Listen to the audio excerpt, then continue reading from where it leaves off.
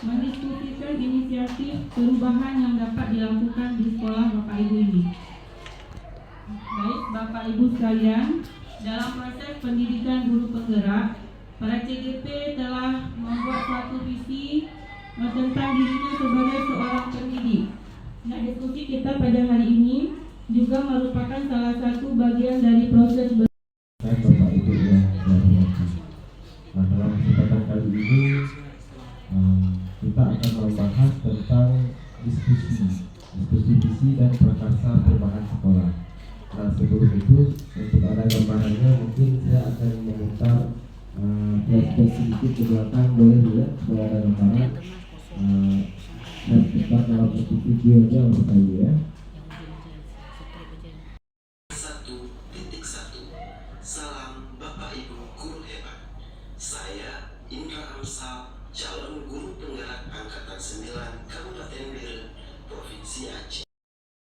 Mohon guru harus memberi motivasi secara penting. Yang kedua, pasti bisa asal guru mau melatih dan membimbing anaknya supaya dia bisa melaksanakan apa yang akan kita inginkan. Yang ketiga, belajar yang baik dan sopan jujur. Dan di sekolah kami menanamkan 18 karakter pada peserta didik. Berkembang yang lebih baik ke depannya supaya peningkatan itu memang nampak kami melihatnya, apalagi selama ada guru penggerak di sekolah kami. Yang keenam, guru dan murid harus saling memahami karakter didiknya dengan melakukan asesmen yang benar pada awal peserta didik masuk ke sekolah kami. Dan semoga semua yang saya sampaikan ini bermanfaat. Assalamualaikum warahmatullahi wabarakatuh. Waalaikumsalam. Pertama, beliau mengatakan ada sisi dari pertanyaan pertama itu ada kita membutuhkan murid-murid yang kreatif. Nah, di sini kita perlu memberikan motivasi secara kontinu. Nah, benar kata Ibu Roma, kita perlu memberikan motivasi kepada peserta didik kita berkembang. Karena anak-anak kita guru begitu datang tulis di papan, habis itu suruh daftar anak-anak, habis itu waktu pulang. Tapi dengan adanya misalnya tadi saya lihat dengan media pembelajaran dan video pembelajaran, tentunya amat baik. Seperti yang tadi Pak Indra mengatakan pada kami semua untuk rempang payah. Nah, rempang. Di situ kami semuanya yakin, aku yakin, kami tidak tahu apa yang harus diselisih itu semua. Dari berbagai-bagai pendapat, seperti saya, yang pertama kita memimpikan murid-murid yang kalau saya berbudi baik serta menerapkan akhlak karimah dalam kehidupan sehari-hari. Itu. Nah, yang kedua, kalau kawan lain itu belum tahu juga ya, karena persepsi kita berbeda-beda. Ya. Tapi kuncinya ataupun intinya sama-sama ingin memajukan ataupun ingin membawa siswa-siswa kita ini mempunyai bahwa peserta didik untuk meraih mimpinya. Sedangkan yang terakhir, sejak peserta didik mempunyai karakter yang berbeda, namun itu semua bukan suatu faktor penghambat bagi kita untuk mencapai mimpinya. Karena di sini banyak kita lihat, apalagi di SLB yang serba kekurangan Bu ya. Waktu beradaptasi dengan lingkungan, pentingnya ilmu dalam kehidupan bisa membawa peserta didik meraih mimpi. Kemudian perbedaan bukan suatu hambatan untuk meraih mimpinya. Nah, begitu kira-kira yang Bapak Ibu buat dari hasil kalimat rempang tadi. Baik, saya mencoba menggali satu pendapat dari Ibu Firmausa ya. dari Ibu Cik Molisa, kira-kira dari hasil visi sekolah dengan kalimat-kalimat yang dibuat ibu-ibu sama bapak tadi, kira-kira di sekolah kita apakah perlu dimasukkan visi yang lebih ini lagi? Kami minta pendapatnya.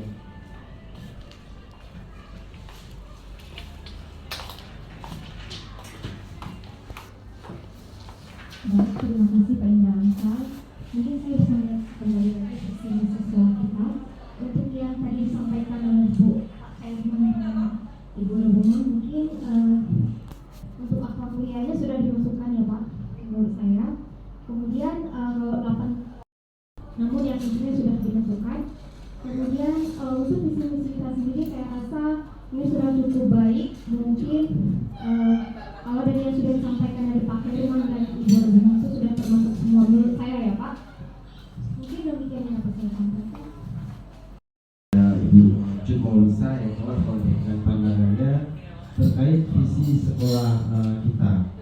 Nah, di sini memang kalau kita lihat visi kita singkat, jelas, padat, namun berbobot ya.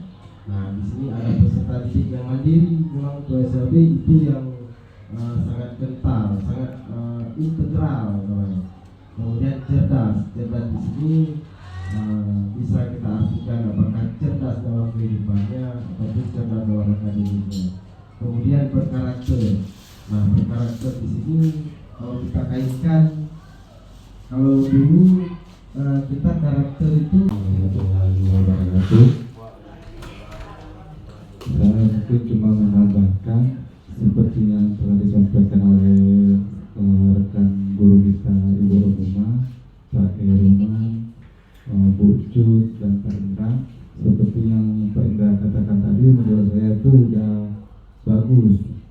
Visi dan misi yang kita lihat di depan, di situ sudah tertera 6 misi. Di situ apa itu 1 sampai 6 itu kalau menurut saya udah mencakup semua, mewujudkan siswa yang bangka mulia. Karena yang paling utama itu siswa kita harus sopan dan beretika. Maksudnya murid dan antara guru itu harus ada akhlak yang baik dan etika yang baik. Terus mewujudkan siswa berkarakter jujur. Karena kita menginginkan siswa yang jujur. Mungkin ada siswa yang dipukul sama kawannya ataupun diejek sama kawannya. Jadi siswa itu jangan diam, dia harus melapor kepada gurunya. Karena kita tidak menginginkan yang sekarang itu lagi viral, bullying. Ya, kita tidak menginginkan di setiap sekolah itu ada perbuatan bullying. Mewujudkan siswa yang mampu bertanggung jawab di keluarga. Nah, kita mau siswa ini di rumah itu mereka bisa, setidaknya mereka bisa cuci piring, menyapu, menjemur kain dan lain sebagainya. Yang keempat, mewujudkan siswa yang mampu berwirausaha.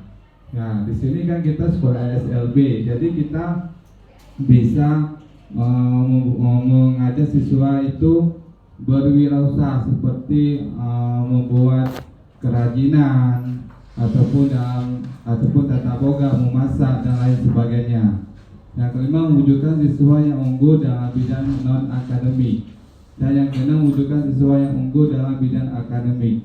Mungkin menurut saya ini yang bisa saya tambahkan, lebih dan kurang saya mohon maaf. Assalamualaikum warahmatullahi wabarakatuh. Sama Ibu Nana, sehingga nanti kami meminta kepada kepala sekolah apakah kita akan melakukan perubahan seperti itu. Mungkin selanjutnya saya menampilkan satu video lagi ya, supaya kita tidak jauh sekali. Jadi ada video tentang imajinasi saya ke depan seperti itu.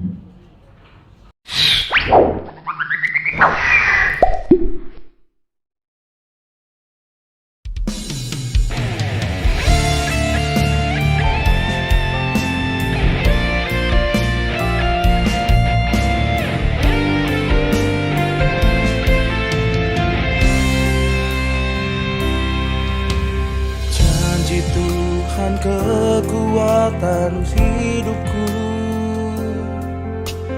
Takkan goyah, Kau selalu sertaku.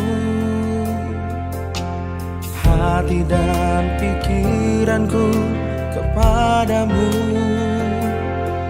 Tuhan ada dan menolongku.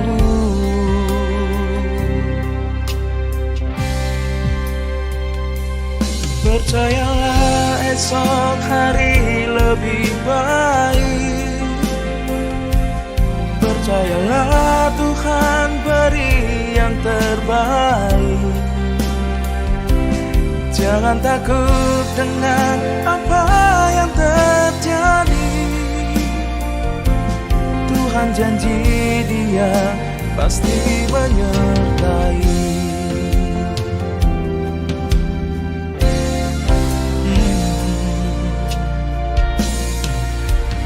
Apa yang dilakukan terhadapku dipandang rendah, semua menolakku. Hati dan pikiranku kepadamu, ku percaya Tuhan di pihakku. Percayalah esok hari lebih baik. Percayalah Tuhan beri yang terbaik. Jangan takut dengan apa yang terjadi. Tuhan janji Dia pasti menyertai. Sekalipun gelap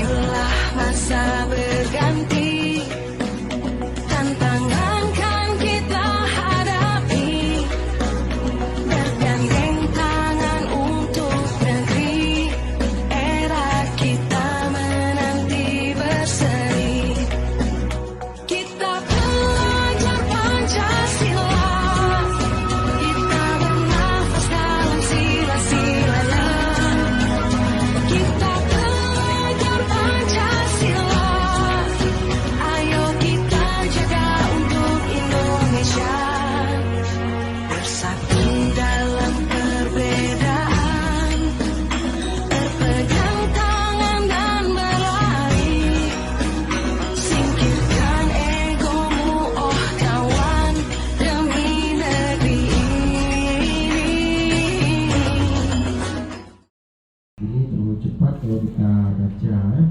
Jadi saya ulangi sedikit. Saya teruskan. Jadi apa yang sudah kita pelajari tadi itu ada yang namanya IA ya, inti apresiatif. Dalam tahapan-tahapannya itu ada yang namanya bagja. Bagja itu bahasa Sunda. Bahasa Sunda Jawa Barat artinya bahagia.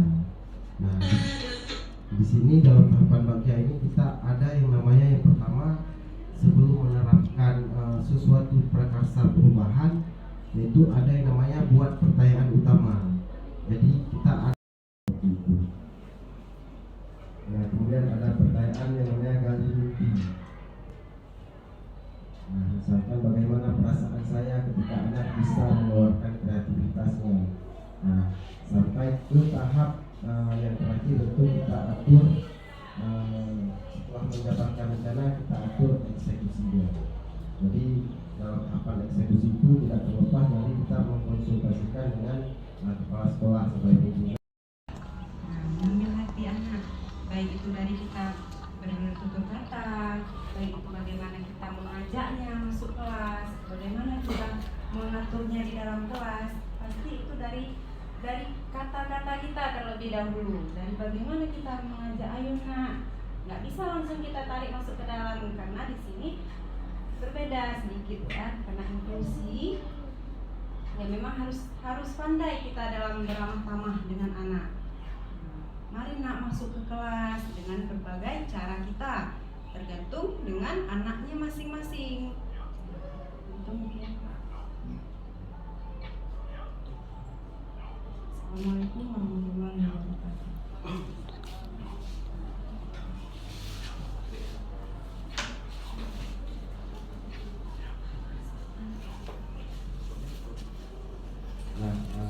Terima kasih kami ucapkan kepada Ibu Irma. Nah, memang di antara yang contoh konkret ini kami mengambil misalkan ramah kepada anak. Nah, sesuatu yang dijelaskan Ibu Irma tadi sudah sangat bagus. Kita harus menarik dulu. Assalamualaikum warahmatullahi wabarakatuh. Nah, masalah kita menghadapi anak itu, kita bersikap ramah, kita harus melihat keadaan anak dulu. Anak itu bagaimana? Ada tipe anak di sini memang karakternya itu harus dimarah. Ada yang harus disayang, ada yang harus kita pegang dulu. Guru itu harus melihat karakter anak dulu. Tidak boleh kita bersikap untuk kemauan guru itu. Umpama guru menginginkan anak itu harus masuk ke kelas, itu tidak bisa. Kita harus melihat, oh ini anak ini maunya apa. Kadang-kadang guru itu harus diharapkan harus mengikuti kemauan anak dulu beberapa menit, baru dia bisa kita rangkul masuk ke kelas. Setelah masuk ke kelas juga kita mau memulai pelajaran itu, kita harus melihat dulu apa mau anak ini. Apabila dia sudah tenang, sudah aman, kita baru bisa memulai pelajaran. Kalau tidak, dia tidak memperhatikan. Apalagi kalau anak itu ada yang kecacatannya ganda. Ada autisnya, dia B tapi ada autisnya. Dia C, ada autisnya. Nah, jadi kita menghadapinya harus dengan mengetahui karakter anak dulu. Tidak boleh mengikuti kemauan guru. Dan kita harus mengikuti keadaan murid. Umpama di rumah dia ada masalah, sampai sekolah pasti dia ngambek juga, tidak mau masuk, tidak mau duduk, tasnya dibanting. Nah, kita harus memahami, guru tidak boleh memarahinya, tetapi kita merangkul dia dulu seperti Ibu Irma bilang tadi, ya seperti itu yang saya alami sudah 36 tahun. Senior tapi sama, lebih cerdas orangnya Bu daripada saya. Cuman ya karena sudah lama mengalami berkecimpung dengan anak luar biasa, alhamdulillah mungkin lebih ini. Ya hanya itu mungkin Pak Indra yang dapat saya sampaikan, lebih dan kurang saya mohon maaf. Assalamualaikum warahmatullahi wabarakatuh.